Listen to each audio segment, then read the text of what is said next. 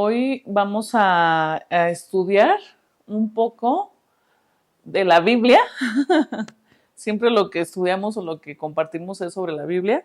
Y hoy quiero que me acompañes a escudriñar un poquito más a fondo Lucas, en el libro de Lucas, el capítulo 6, del versículo 1 al 16, ¿vale?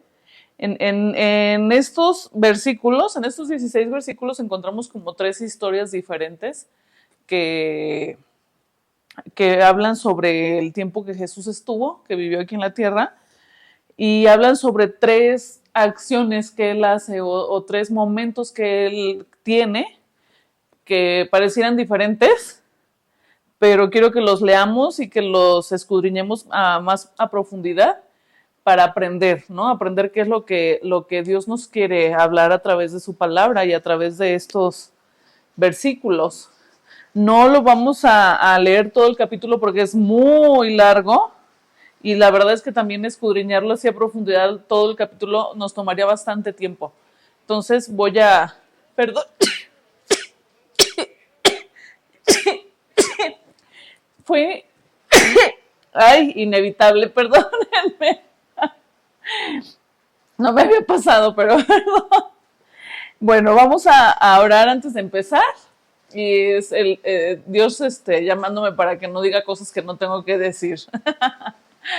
¿Vale?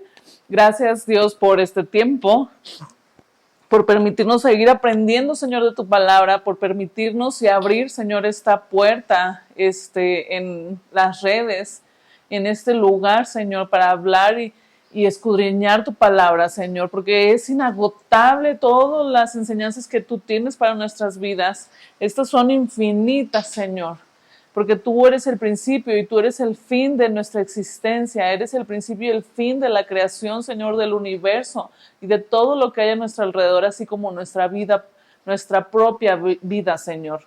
Gracias te doy, te pido que traigas revelación a nuestros corazones, a nuestras vidas, a través de estos versículos que has dejado escritos a través de cada uno de los profetas, Señor.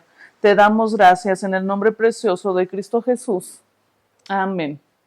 Y bueno, vamos a empezar. Es el capítulo 6, versículos del 1 al 16. Los vamos a leer todos y después vamos a ir poco a poco hablando de cada uno de ellos. Empezamos con la historia de los discípulos recogiendo espigas en el día del reposo. Aconteció en un día de reposo que pasando Jesús por los sembrados, sus discípulos arrancaban espigas y comían, restregándolas con las manos. Y algunos de los fariseos les dijeron: ¿por qué hacéis lo que no es lícito hacer en los días de reposo? Respondiendo Jesús les dijo: ¿ni aun esto habéis leído lo que hizo David cuando tuvo hambre él y los que con él estaban? Como entró en la casa de Dios y tomó los panes de la proposición, de los cuales no es lícito comer, sino solo a los sacerdotes, y comió y dio también a los que estaban con él, y les decía: el Hijo del Hombre es Señor aún del día del reposo. 6. Aconteció también en otro día de reposo que él entró en la sinagoga y enseñaba, y estaba allí un hombre que tenía seca la mano derecha, y le acechaban los escribas y los fariseos para ver si en el día de reposo lo sanaría, a fin de hallar de qué acusarle. Mas él conocía los pensamientos de ellos, y dijo al hombre que tenía la mano seca: levántate y ponte en medio. Y él, levantándose, se puso en pie. Entonces Jesús les dijo: os preguntaré una cosa. ¿Es lícito en día de reposo hacer bien o hacer mal? ¿Salvar la vida o quitarla? Y mirándolos a todos alrededor, dijo al hombre: extiende tu mano. Y él lo hizo así, y su mano fue restaurada. Y ellos se llenaron de furor y hablaban entre sí qué podrían hacer contra Jesús.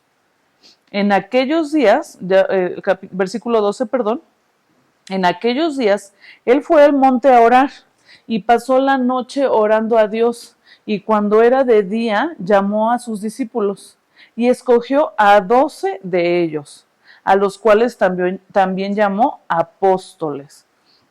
A Simón, a quien también llamó Pedro, a Andrés, su hermano, Jacobo y Juan, Felipe y Bartolomé, Mateo, Tomás, Jacobo hijo de Alfeo, Simón llamado Celote, Judas, hermano de Jacobo, y Judas Iscariote, que llegó a ser el traidor.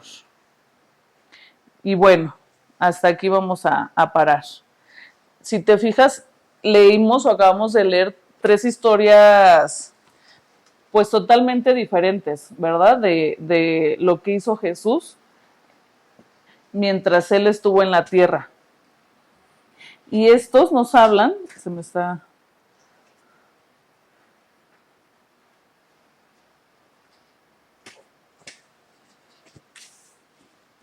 Ok, entonces entre que vamos escudriñando y vamos a ir leyendo los versículos, así que ten tu Biblia ahí abierta, porque vamos a ir revisando cada uno de los versículos, qué dicen y qué nos quiere decir Jesús, ¿verdad? ¿Qué sucede en estos versículos? Pues Jesús sana a los discípulos, Jesús y sus discípulos en la primera escena arrancan espigas en sábado. ¿Y los fariseos qué hacen? Pues criticarlos, ¿verdad? Después, en la segunda escena, Jesús sana a un hombre con la mano seca. También en sábado, en el día de reposo, donde se supone que no pueden hacer nada, cosa que a la fecha los judíos lo tienen como ley, ¿no? O sea, los judíos el sábado es su día de descanso. Y entonces ese día, no, pues como nos ha platicado Jesús, no hacen más nada que ir quiero pensar que a leer, ¿no? A leer las escrituras, el Antiguo Testamento, no el Nuevo Testamento. Jesús nos enseña que ayudar, sanar y hacer el bien nunca está fuera de lugar y que la espiritualidad verdadera produce compasión y no dureza. Vamos a leer la primera parte de los versículos del 1 al 5, que es como la primera escena, ¿verdad? Aquí Lucas en estos versículos nos muestra 3 temas principales. El primero, que es del versículo 1 al 5, Jesús confronta el legalismo religioso. Confronta a los fariseos en los versículos 3 y 4, si tú puedes leerlos otra vez, los está confrontando, ¿no? La escena 2, que son del 6 al 11, Jesús demuestra misericordia y autoridad divina. Y otra vez vuelve a confrontar a los fariseos con el legalismo religioso que ellos tenían. Y en la tercera escena, que son los versículos del 12 al 16, Jesús comienza a formar el grupo de discípulos que continuará su obra, porque él sabía el tiempo que iba a estar en la tierra y que el final de su tiempo, de su temporada, era la cruz. Entonces, el versículo 1 que dice que aconteció que en un día de reposo pasaban Jesús por los sembrados y que junto con los discípulos tomaron las espigas, hacen 3 cosas. En este versículo ellos hacen 3 cosas. La primera, arrancan las espigas. La segunda, las frotaban con las manos, donde dice restregándolas con las manos, o sea, como que las frotan, ¿no? Con las manos. Y la tercera acción es, se la comen, ¿no? Se comen el grano. ¿Por qué era importante esto? Bueno, porque la ley judía, en la lej judía sí estaba permitido tomar espigas para comer mientras ibas caminando por un campo ajeno, ¿no? Por ejemplo, se viene a mi mente, pues yo de más chica cuando acostumbraba ir con mi mamá al pueblo donde ella nació, pues luego hacías caminatas o ibas entre los terrenos, ¿no? De todas las personas tienen divididos sus terrenos cuando pues no hay construcciones, los tienen divididos por como las púas, pues, y estas es para separar, ¿no? Hacer la división entre un terreno y el otro terreno. Entonces a veces, pues tú que ibas por en medio de esos terrenos pasan carreteras, que obviamente son de tierra, para los carros, las camionetas de los dueños, pues tú luego ves árboles y a veces pues también se te hace como fácil, ay, no, pues un mango. O bueno, allá en Colima es la fruta de las frutas que se dan, pues el mango, los guamúchiles, o sea, hay muchas, entonces tú rápido pues agarras cortas, pues las ves ahí, ¿no? Solas. Me imagino esta escena así, ¿no? Se les hizo fácil decir, pues agarramos unas espigas, ahorita no las comemos. El problema de esta acción era que fue en sábado y el sábado era el día de no hacer nada. Pero tú podrías decir, no manches, o sea, pues, agarraron una espiga y se la comieron, ¿no? Es como yo, voy caminando y veo un árbol con naranja y le corto una naranja, o sea, ¿dónde está el sacrificio en esa acción, no? O lo malo en comer, o que tampoco el día de reposo se come. Sí, obviamente sí comen, ¿no? Pero no trabajan, no hacen un trabajo que provoque, o sea, una acción que sea como para comer, vivir, comprar, ¿no? Entonces ellos consideraban que arrancar las espigas era cosechar, ¿no? Trabajo. Frotarlas era trabajo, era la acción de trabajar. Entonces, comerlas, pues estaban haciendo acto de su cosecha, ¿sí? De su trabajo. Entonces, evidentemente, de ellos estaba mal, no se podía hacer eso. Imagínate, ¿no? O sea, en algo que tú y yo podríamos decir, no manches, eso no tiene nada que ver, pues sí. Los fariseos estaban viendo de dónde Jesús podía coger para decir, de aquí lo tomamos y está haciendo algo malo para acusarle, porque esa era la finalidad de ellos, acusarle porque no estaban de acuerdo en que Él era el Mesías, en que Él fue el enviado de Dios en forma de hijo para sanarnos, para librarnos y para salvarnos de nuestros pecados. Los discípulos tenían hambre, ¿no? Era evidente. Y Jesús no les reprende. Esto muestra que las necesidades humanas importan más que las leyes, que las reglas religiosas. Dios no diseñó el sábado para causar sufrimiento, ¿no? Cuando Él hace la creación en los 7 días de la semana que conocemos todo el mundo, que aunque digamos, ay, no tiene nada que ver, yo creo que de ahí viene, ¿no? Lunes, martes, miércoles, jueves, viernes, sábado, domingo, vienen de los días de la creación, los 7 días que los encuentras en Génesis al principio. Al principio de la escritura es lo primerito que Dios hace, crear la creación, hacer la creación. Y al 7º día descansa, pero ese descanso no es meramente para acostarte y dormirte y que alguien me traiga comida y me dé de comer en la boca, ¿no? No. No, era una pausa del trabajo que hacemos, que aún así, pues Dios no descansó en ese día, ¿no? O sea, Dios siguió viendo lo que había creado, admirando su creación. La religión no debe estar por encima de las personas. Dios valora más la misericordia que las reglas vacías. Desgraciadamente como hombres tendemos hacia eso. La vez pasada que les compartía, yo hablaba sobre las dos caras de la moneda, ¿no? Y no en el sentido de que, pues lo bueno o lo malo, sino en la perspectiva, o viéndolo yo desde este punto de vista, de que de un lado eres tú, pero del otro lado hay otra persona. Y también comentaba que tendemos mucho a juzgar, ¿no? A hacer un juicio de cualquier cosa, porque es como nuestra naturaleza. Pero el que estemos leyendo la palabra y que estemos leyendo lo que Jesús vino a enseñarnos a través de los discípulos, es para que aprendamos, o sea, todo esto y no caigamos justo en lo que los fariseos cayeron, en hacer un juicio a Jesús, que era vano, que no tenía ni sentido. En muchas otras partes que hemos visto y también en una vez que compartí que les decía, hasta sus formas de querer acusarlo eran absurdas, no eran tontas, por decirlo de esta manera. Continuamos. El versículo 2 dice, ¿por qué hacéis lo que no es lícito hacer en los días de reposo? ¿No? Le preguntan los fariseos a Jesús. Y no preguntan con humildad. Lo que están buscando es acusarle, buscar, lograr de dónde acusarle.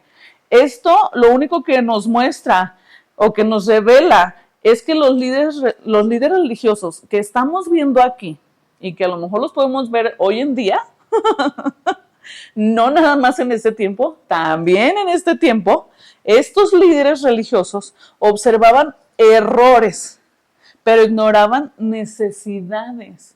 Imagínate esto, o sea, boom, ¿no? La cabeza, o sea, por estar viendo los defectos de las personas, dejamos de lado la necesidad que había. Y Jesús vio una necesidad antes que una ley, antes que una regla. Él vio una necesidad en los discípulos, vio hambre.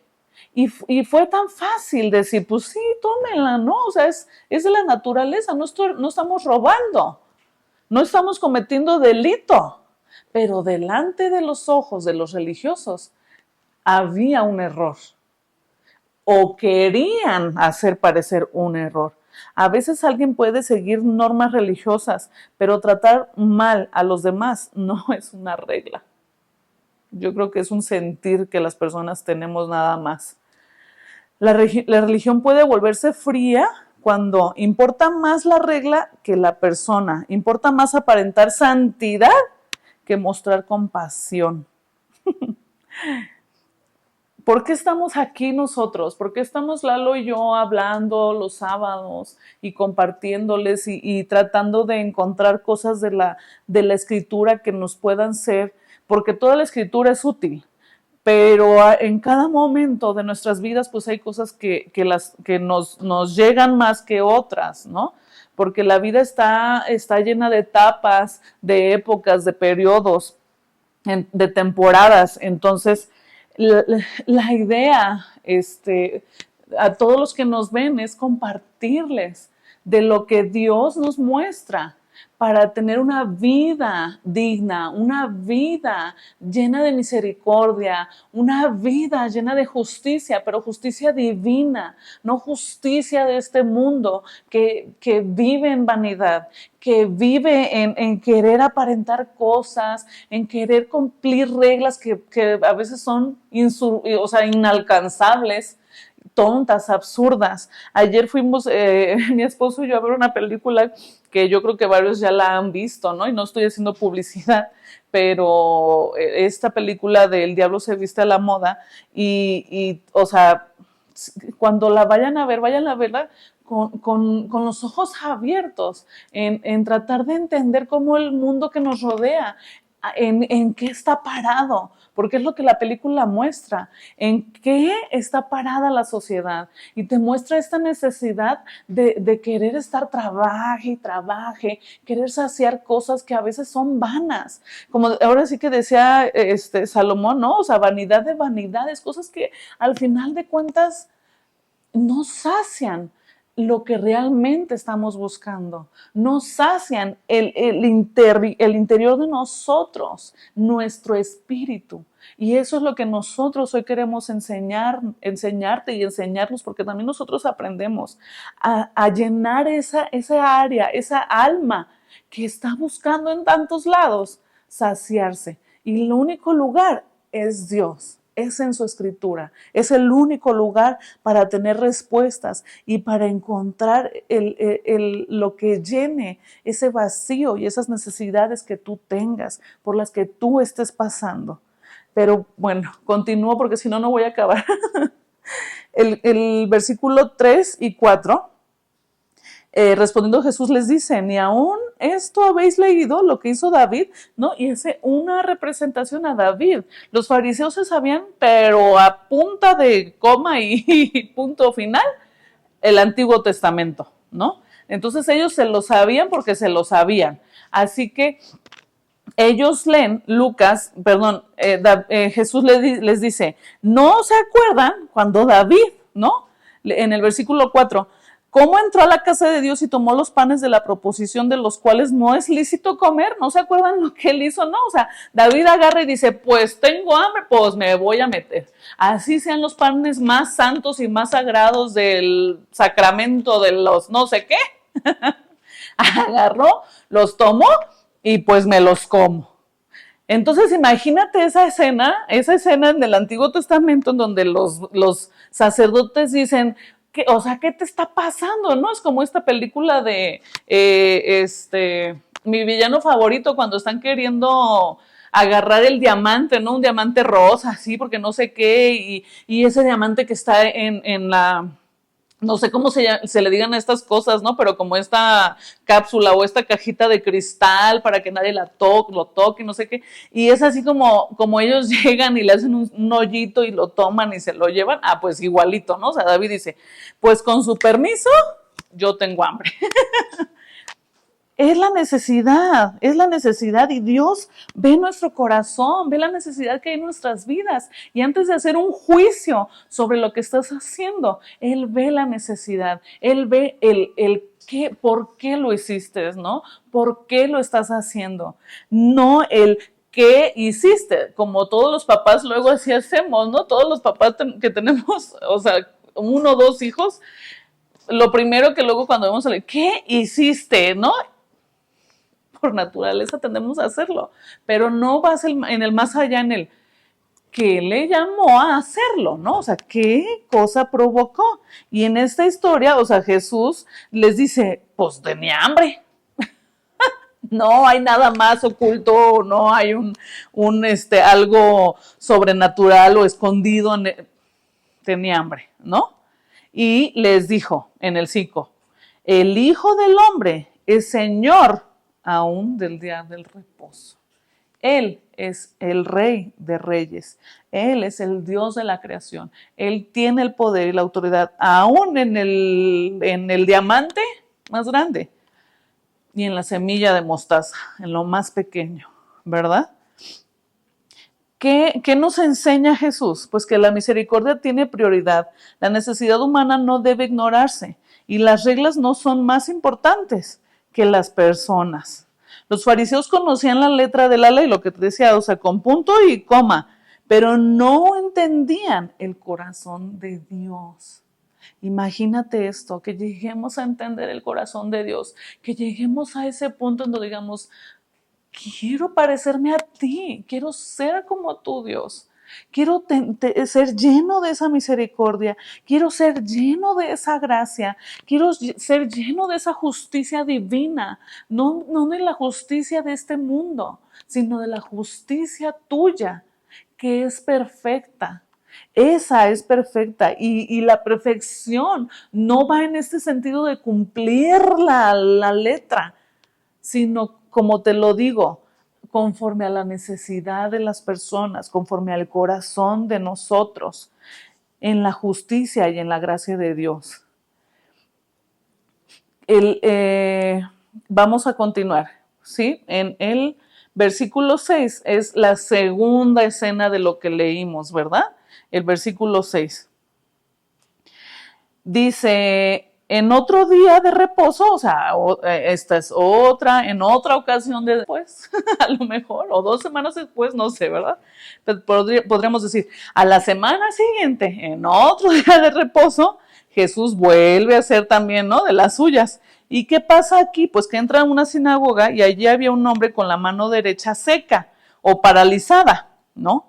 Podría ser así. La mano derecha normalmente era la más útil para trabajar y pues a la fecha, ¿no? Los que escribimos con la mano derecha, pues hacemos todo con esa mano. Posiblemente este hombre había perdido capacidad laboral, sufría rechazo o limitaciones económicas. Y también a la fecha, ¿verdad? Personas que tienen estas discapacidades, pues la vida se les hace más complicada. El versículo 7 dice, y le acechaban los escribas y los fariseos para ver si en el día de reposo lo sanaría, o sea, estaban nada más atentos así, a ver, ahora qué vas a hacer, Jesús, ¿no? No buscaban aprenderle, o sea, no lo hacían por aprender, por decir, wow, no hizo un milagro, no, sino para acusarlo. A ver, vamos a ver de qué lo acusamos para que le pasara lo que pasó después. en la crucifixión. ¿Qué revela esto? Pues que sus corazones estaban endurecidos. El sufrimiento del hombre no les interesaba tanto como para proteger sus reglas. A ellos no les importaba la necesidad de este hombre que tenía su mano derecha seca, sino el poner la espiga en el prójimo, ¿verdad? En el qué iba a hacer Jesús para de ahí tomarlo y de ahí acusarle. La dureza espiritual puede hacer que una persona conozca mucho de religión, pero tenga poca compasión. Debería de ser al revés, ¿verdad? El versículo 8. Jesús conocía los pensamientos de ellos. El versículo 8 dice, mas él conocía los pensamientos de ellos y dijo al hombre que tenía la mano seca, levántate y ponte en medio. Y todavía no conforme, Jesús dice, ponte aquí, aquí donde te vean todos, aquí ponte, ¿no? Aquí en medio. Y él levantándose se puso de pie. Porque Jesús sabía lo que estaban pensando, conocía sus intenciones, sus pensamientos y las motivaciones ocultas que ellos tenían. Luego pone al hombre en medio para que todos se dieran cuenta de lo que iba a hacer. ¿Qué iba a hacer? Pues un milagro. Iba a sanarle en el día de reposo. ¿Por qué Jesús hace esto? Pues porque él ve la necesidad del hombre y suple esa necesidad, pero también al mismo tiempo lo hacía con esta intención, con la intención de confrontar públicamente el legalismo o la religiosidad de esos religiosos. Vaya la redundancia, pero era para confrontarlos a ellos, más que por el milagro que hizo. Era para que ellos vieran que aún en el día de reposo, él veía la necesidad, no veía las reglas humanas. El versículo 9 dice, entonces Jesús les dijo, os preguntaré una cosa, ¿es lícito en día de reposo hacer bien o hacer mal? ¿Salvar la vida o quitarla? Imagínate, ¿no?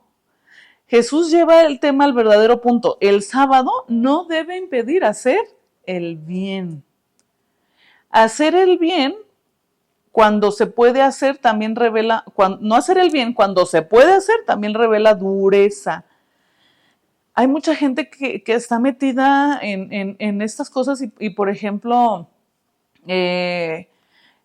esta noticia, ¿no? Que hasta la fecha la seguimos recordando cuando a Selena le pasa lo que le pasó en el día que falleció, ¿no? Que fue, pues, para las nuevas generaciones a lo mejor no lo saben, pero sí en las redes sociales y esta información pues fue como muy de mucho alcance.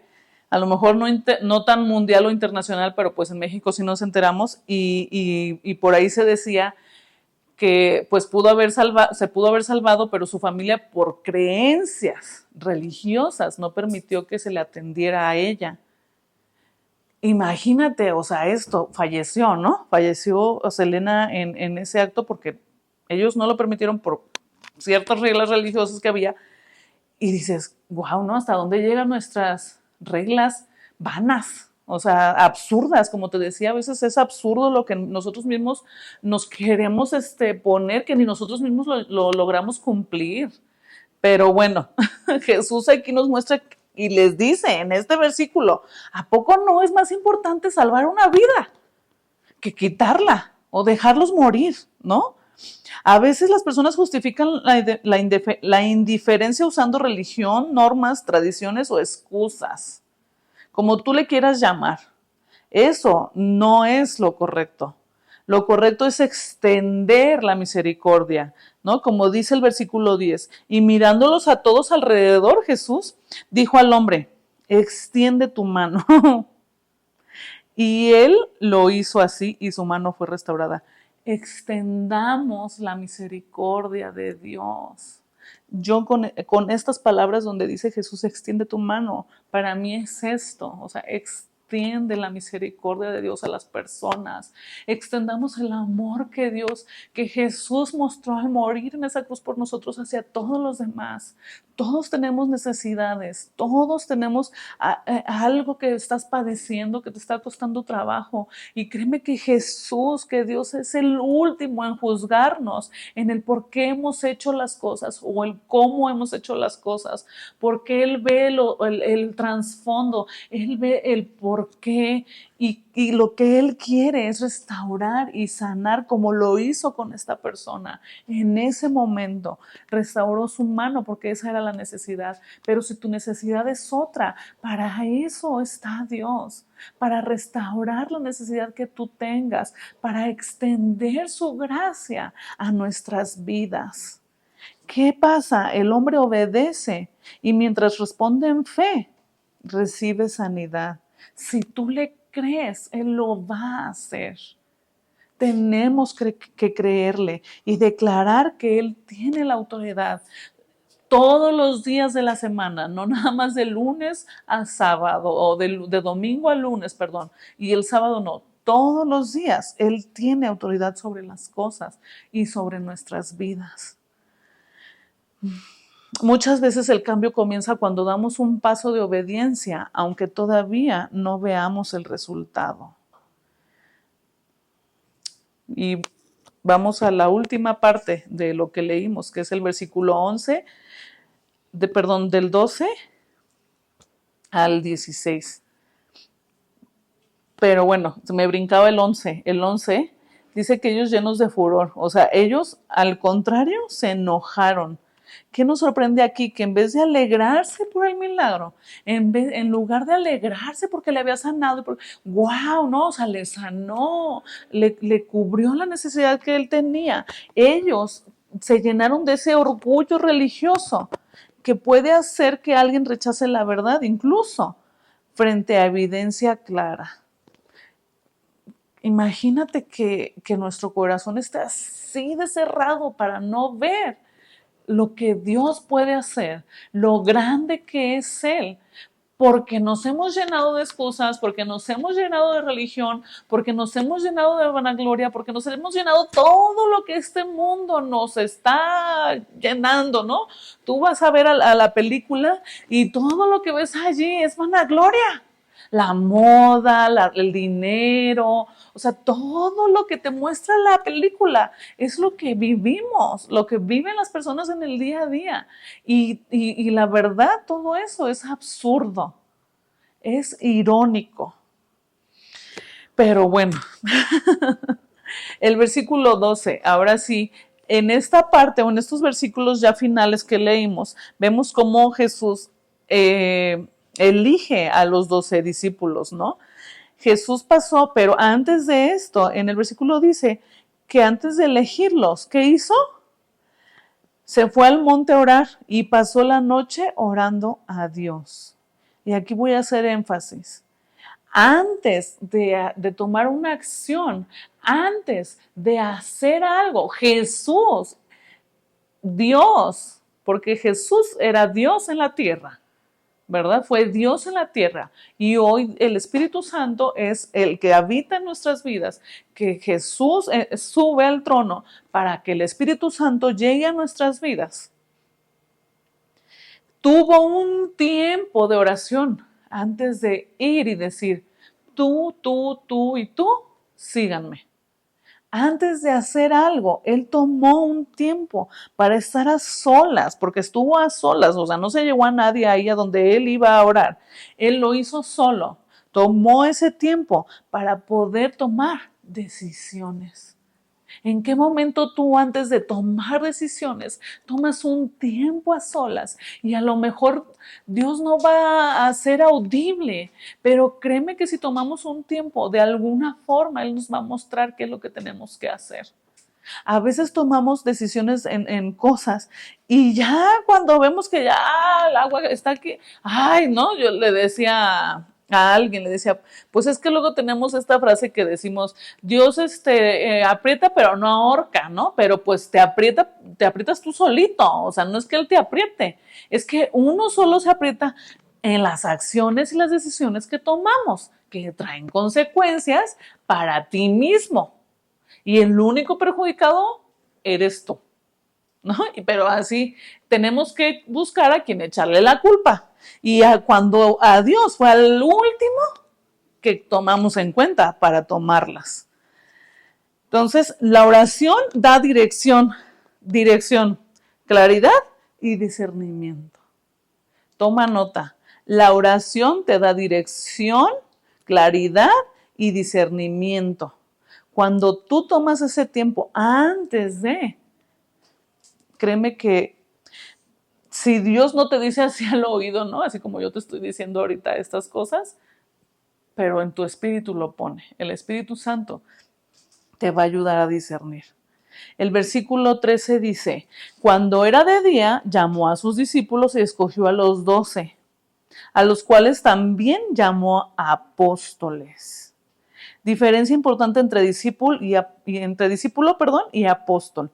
Discípulo es el que aprende y el apóstol es enviado con misión y autoridad. Entonces, primero fueron discípulos, después fueron apóstoles. El discípulo aprendió del maestro. Fue en esos 3 años que Jesús les estuvo enseñando, que a veces le hacían preguntas bien tontas, como tú y yo, ¿no? Ahora sí que estás viendo, pero no ves. Pues así, igualitos que nosotros. En ese tiempo, Jesús los enseñó para que cuando llegó el momento, como lo dice en su palabra, va a llegar el momento en que yo me tengo que ir y se van a quedar ustedes, y para que sigan con lo que están haciendo, que es lo que estamos haciendo nosotros, enviados con una misión y con autoridad. ¿Autoridad de quién? Del Espíritu Santo. Si tú crees en un Dios, en Jesús que murió en la cruz y que resucitó al tercer día y vino su Espíritu a tu vida, Él toma posesión de tu vida y te lleva a seguir lo que Él dejó escrito. Del 6, del 14 al 16, vienen los nombres de las personas, ¿no? Y en algunos hace como un hincapié, por decirlo así, o resalta, ¿no? Por ejemplo, cuando dice a Simón, a quien también llamó Pedro. Si tú lees el resto de los capítulos, te darás cuenta que es cuando él le llama a Simón, conforme van pasando el tiempo, ¿no? Los días de que él les está enseñando, que eran sus discípulos, le cambia el nombre a Pedro. Y al final, en el 16, menciona a Judas Iscariote y hace como una pequeña comilla ahí, que llegó a ser el traidor. Qué feo, ¿no? que te conozcan por tus actos, ¿no? Por el que eres. Qué feo que digan, Adriana, pone lo que le quieras poner, ¿no? Qué feo que el seudónimo sea ese tipo, pero lo que quiero hacer énfasis aquí no es en él, es en todos, en los 12 discípulos. Había personas muy distintas, pescadores, un cobrador de impuestos, un celote político y Judas Iscariote, un pecador, ¿no? Como todos nosotros. Jesús pasa la noche orando antes de escoger a los 12 discípulos principales para tomar la decisión de quiénes iban a ser las personas indicadas para seguir este llamamiento, incluyendo, o incluso a Judas Iscariote, porque había un propósito. Había propósito en su vida, que era que lo iba a entregar, ¿no? No era cosa buena, pero era parte del plan de Dios. Las decisiones importantes deben ir acompañadas de oración y dirección de Dios. Antes de elegir amistades, trabajo, pareja o proyectos, vale la pena detenernos y buscar la sabiduría de Dios.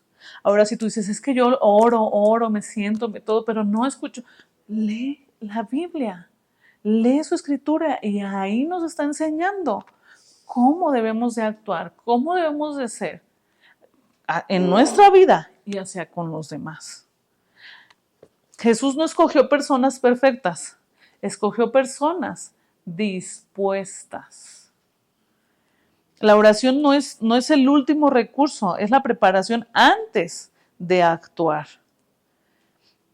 Jesús une personas muy diferentes bajo un mismo propósito.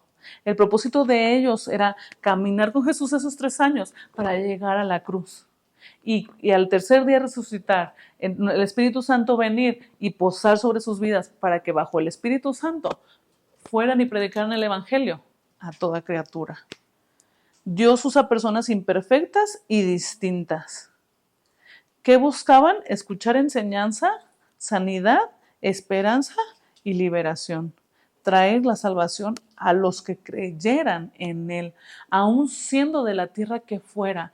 Porque llegó, o sea, Pablo llega a Roma, llega a Grecia, llega a lugares donde no habían escuchado para nada de Jesús de Nazaret, donde no habían leído el Antiguo Testamento, todas estas reglas que seguían los fariseos, que seguían los judíos, que era su vértebra de los judíos, en esos lugares donde eso ni sentido había.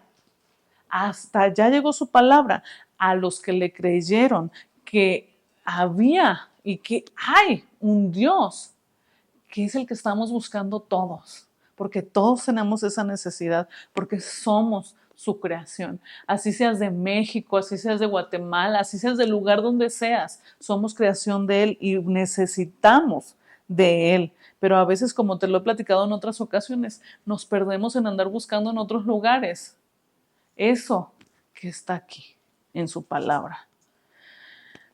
La misericordia es más importante que el legalismo, para concluir. Hacer el bien siempre es lo correcto. Dios valora a las personas por encima de los rituales y Jesús tiene autoridad divina para sanar, dirigir, y transformar. Cuando tú dices en el nombre de Jesús, sé sano y le crees, vas a ser sano porque tiene autoridad, tiene poder en nuestras vidas. Y me quedo con esto. Amar no siempre significa confiar plenamente en todos, pero sí actuar sin odio ni deseo de destruir. Y sería bueno que nos preguntáramos, ¿estoy usando las reglas o el legalismo para juzgar a otros? ¿Mi fe hace más fácil amar a las personas o más difícil? No sé. Piénsalo, escúchalas otra vez y contéstalas allá donde tú estás, ¿vale? Y pues nos vemos la próxima. Espero que tomes un tiempo para escuchar esto, porque ha sido muy importante y es muy importante que lo que Jesús nos quiere enseñar en estos pequeños versículos, porque no leímos todo el capítulo. Si nos seguimos, hay muchísimas cosas más que podemos entender y que podemos aplicar en nuestra vida, ¿vale? Pues los queremos y los queremos ver triunfar. Ah, no, ¿verdad? Los queremos y los queremos bien en el amor de Dios. Nos vemos la próxima. Chao.